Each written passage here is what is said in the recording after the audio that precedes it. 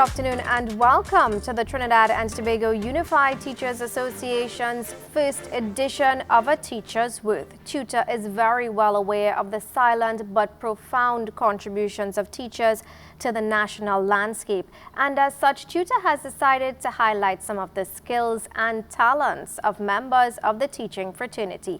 One teacher from each educational district will be selected.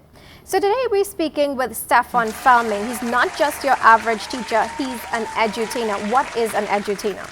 Well, an edutainer is basically someone who entertains but educates at the same time. That is simple definition of what an edutainer is. And why is that important in teaching? People think that teaching, you just have to stand up in front of a classroom and be strict and give out a syllabus, teach a syllabus. Lecture, basically. This person in front of class, like giving out something. No. Teaching, you have to make teaching fun. When teaching is fun and you entertain in teaching, the students remember. Think about that sometime, like if you learn, like when you're teaching a concept and you make it into a song, the student tends to remember. So that is why I think teaching should be, not everybody could do it, but at least try to entertain as much to facilitate a long-term learning process. And you've seen results? Definitely. I've seen a lot of results because in my own profession, in my classes, I try to use funny videos and even with my character, come out and do things, and the children embrace things like that. They don't want the traditional style of teaching where a teacher walks into a classroom with a textbook, sit down, turn to page 255 and start to read from the textbook. No, that is a long time thing. We have a young generation now, the Gen Zs and the millennials and whoever. They are into social media, all the different apps and whatever. You have now to change that approach now, and let's see how we could reach them, because they could stay home and learn, Them could pull up a YouTube video or a TikTok video and learn. So how you as the teacher are going and bring that to the classroom? And how and when did you start, sending out snippets on social media, and when did it start garnering that type of attention? Well, I think the pandemic was around March 2020. That is when the teachers were sent home and the kids were sent home and whatever. And TikTok was now starting to build up in Trinidad. And I mean, you just start posting funny stuff. I mean, a lot of my friends, they tell me, but you're real funny, post some videos and things now, And I just did it, to just for fun. But it's when I started the alphabet series, that is when it took a push. Because people realizing that they're learning, they don't recognize what they're saying, and they're getting an explanation. So you're learning, yes, but you're laughing at the same time. So when you learn while you're laughing, it will stick. And that is when everything just started to push. And that's how I think teaching should try to be like that now. I mean, it can't be 100% like that, but make it more a bit entertaining, especially for the younger ones.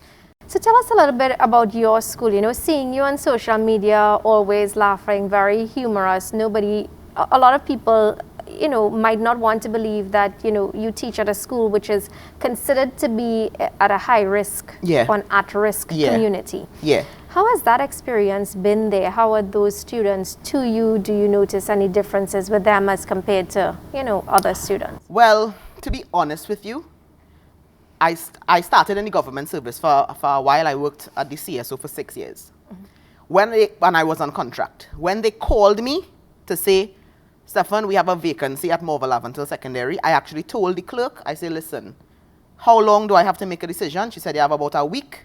I say, I'll call back in a week. Because me being from South, in a very quiet community, going to an area that you always hear in your life is only about gun and violence and killing, I was scared.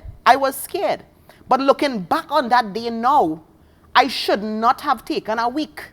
I should have just said yes. Because me being in that school now, Morval Aventil Secondary School, and I am saying it wherever this message is going, the best school in the country, because I fly my flag for my school high. Because I am there and God has put me there to make a difference. And when you go to these schools or any school in the country, I always tell teachers and any people, children are children. Mm-hmm. It's the approach that you take, right? Yes, it would have challenges. Obviously, it's a depressed, people like to call it depressed. I don't like that word, but people like to say depressed community. But you as a teacher, you know you're going in there and you're going and do something. You can't be just going there for the money. Teaching is a vocation. You're going in there to make a difference. So I must admit in the beginning, I was kind of scared, But now I wouldn't transfer to no school and thing. I know I go in there to make a difference because them kids need my help and I will be there. So, you know, you were saying that you're out here to make a difference. Are you making a difference? Do you feel it? And how so? What have you seen change? I am a teacher who try to come down to the student. So when I have my Form 5s and thing and we go in class, by the time I don't talk and teach what I had to teach, I say, oh, let me put on a song. I want to zest a little bit too. So I want to lime. I want to hear the old talk. I want to know who from this community is warring with this one. Because you getting all the old talk. I get all the old talk. Because I like Bacchanal myself. I want to hear. I want to know why Silot's warring with Beatam, why District. And the children like that. The children like a place to come where we could sit down. We don't do we work here. Don't say me a teacher. I done my work. But come and sit down and let we chat and talk and see. They like to just express themselves. And if they have a teacher who could help them with that, them teaching me too. And they like to feel appreciated. Yes, because when I go on there and I tell them, I say, listen, I never hear a gunshot in my life, you know. Them start to laugh at me. That was a joke for about 10 minutes straight. So never hear a gunshot. That is the culture. That is not mine. So I have to remember, coming from a little country boy in South, coming to an urban school at a high-risk community, we have to have that cultural exchange. Right? And I learning from them learning from me. That's what teaching is. They teach about TikTok. Nah, they don't teach you. Funny moments in the classroom. Well, as I now say, the funny moment, I have plenty funny moments, but it's more like with them telling me things. It's about them having their conversations, and this one thief, this one boyfriend, and so if I tell you about that. So it's more like jokes. It's not funny moments for me directly, because I'm a novice teacher. I've only been there for about 4 years. Not like some people who did 30, 40 years. I now start, so my jokes probably still coming down later on. But my thing is about having that rapport with the students. Like we all talk, like, tell me something, what happened, you know?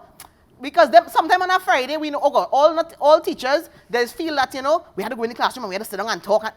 Teach her 10 minutes once you do your thing and sit down and relax with the children. Them come from a home probably that have real trials and you there providing that safe haven for them. And when them sit down and tell me them jokes them liking, they want to come to your class. Them I want to break your class. They say they have Felmine, now they come in. You know, and that is what we have to do. Create that safe haven and that fun haven, and let's mesh it into learning. So after alphabet series, where are we going from there? Right. So we finish alphabet, we finish numbers, we finish pronunciation, we in tritiums. But if you all didn't know, this month is International Creole Month. And I'm doing a patois alphabet, which I want to teach you a little patois today. So I have started in the last couple of days. I am on letter D. So when you're ready to learn this D patois, you're going to let me know. So we're on patois alphabet, and I think it's important to let people know that teaching is not only in a textbook. Me on TikTok, as a teacher, I mightn't be represented by tutor on TikTok, but I'm still teaching. People is messaging me, wait, I didn't even know about this. So a teacher is not only in a classroom. The education process continues. Education. As a teacher, once a teacher, always a teacher. So I teach in here, I teach in TikTok, teach in Facebook, teaching all over, right? And it's a continuous process. And once you have the passion for it, people will see you for who you really are. Okay, so MSc Project Management, BSc Economics. How we end up in teaching? Well, remember, I was in the government service for a little while, but the contracting wasn't working out. So when they called me, I deliberated for a week. I say, boy, 3 months contract or take a chance, boy. And taking that chance was one of the best decisions I make. Next year going to be 4 years I teach, and I say as a novice teacher. But I like it, and I realize I have the passion and I have the personality for it. Because I and them children, we's one. I's not no teacher to come in there and rah, and with a textbook. We talking, we having a discussion. And we need younger teachers. We need male teachers. Because in my staff room is mostly women.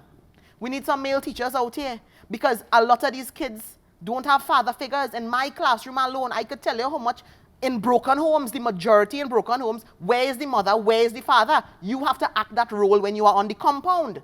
And having that relationship with them, that will make a great difference in their life. People just feel teachers doesn't do nothing. We just do plenty that people don't see. What do you take home with you? Meaning what? You know, like as a teacher in the classroom, it doesn't stop there. Do you take home the stresses of your students? I do. And that is something I think we as teachers, I mean, to say don't do it is a hard thing. Yeah. Because remember, we're dealing with children, we're not pushing paper. You have that one-on-one contact with them, with the troubled, at-risk individual. Yes, and the thing is, as a form teacher, so we in the secondary school, you have something called a form class with a form teacher. And in my school, we move up with our form class. So we go from Form 1 to Form 5 in my school. So I know them children when they now come in, and I see them grow. And if they message me after 2:30 with a problem, I will say no. No, I have to help. Mommy, why does one come to school today? What is happening? Then, sir, I now see a shooting or whatever. It now had a little gang thing. So, yes, we're taking on that, but we have to still try to see how we can separate it. But at the end of the day, can we separate it? As teachers, I don't know. I asking for myself too. Could we really separate it? Because we, as teachers, have to take care of our mental health as well. Exactly. Yeah, your mental health. As well, because taking on other people's stress. Stressing we out. So when we stress out, how we helping them? So as we close, you have just about a minute. Stefan Felmine, teach me something in a minute. So I'm going to teach you the patois letter of the day. Why D? So did you know, Urvashi, that there are two letters in the patois, and two letter Ds in the patois alphabet? There is normal D, which is, and I will tell you an example, the letter of the day is D. D is for dingole. Do you know what dingole means? You know the song Dingole? But what does dingole mean? What do you think? To like fats and have a good time. Right, so basically it's to have a good time, but also means to gyrate, to wind up yourself. So give my example. Make up an example with dingole. She real dingole in that gangry going down the road there, boy. Excellent, excellent. So that is D for dingole. So you know your patois. So I got my degree. Yeah, right. The second letter, D, in the patois alphabet is DJ. D, capital D, lowercase j. And DJ is pronounced J. J in patois. And I learned this when I was in the alphabet. Do you know any letter that starts with DJ in the patois alphabet that you use every day? And I could tell you 100% you know the word. You just use the word. I pick a joke, man. No. DJ is for Jep.